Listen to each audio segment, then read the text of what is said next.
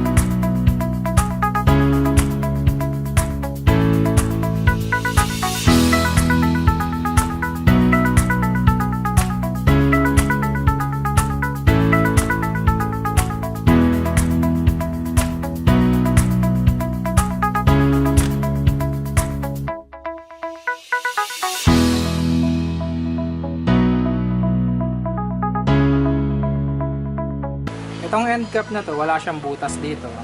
So, ang purpose lang ito is para barahan yung butas dito sa 4-way natin.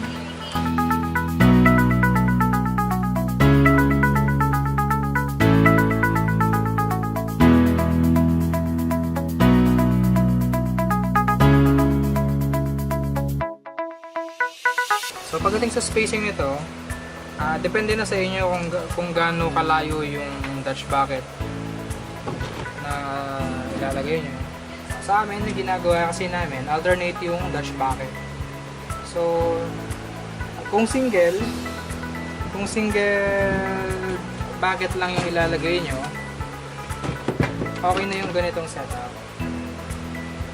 So, dito yung poly pipe, ikakabit lang natin yung microtubing adapter. So, bubutas tayo dito. Then, itong microtube adapter na to may butas to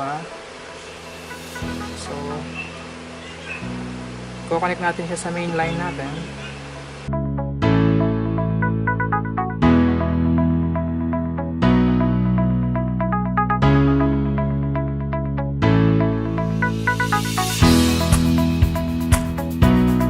Kung sakaling alternate yung gagawin nyo, pwede nyo gawin yung ganito ang klase ng setup.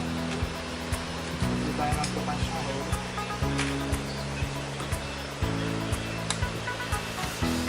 Kapag dalawa, gusto yung pagsamahin na yung dalawang Dutch bucket, kung meron kayong alternate na system, gagamit kayo ng connection dito sa gitna ng dalawang drip irrigation na binuo nyo. So ito yung ginamit ko. Gamit ako ng T microtubing adapter. So, yan, dinikit ko siya dyan.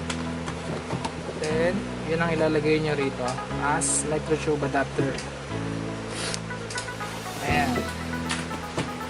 Okay, dito sa 4 holes na leads natin, gumamit tayo ng 3-inch net pots. Para naman sa single hole na lead natin. Yung setup nyo is ganito lang kasimple. So bubutasan nyo lang ulit yung polypipe natin. Maglalagay kayo ng isang microtubing adapter, yung single. So gagamit tayo ng 4mm na microtubing para sa single.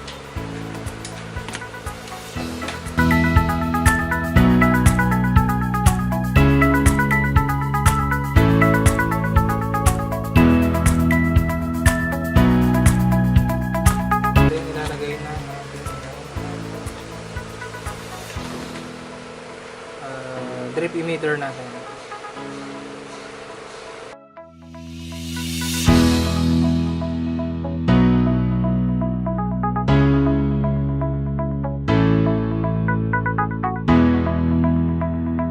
Sa lahat ng materials na ginamit natin dito sa drip irrigation natin para sa dash bucket is available sa ating store sa Greengold Farms.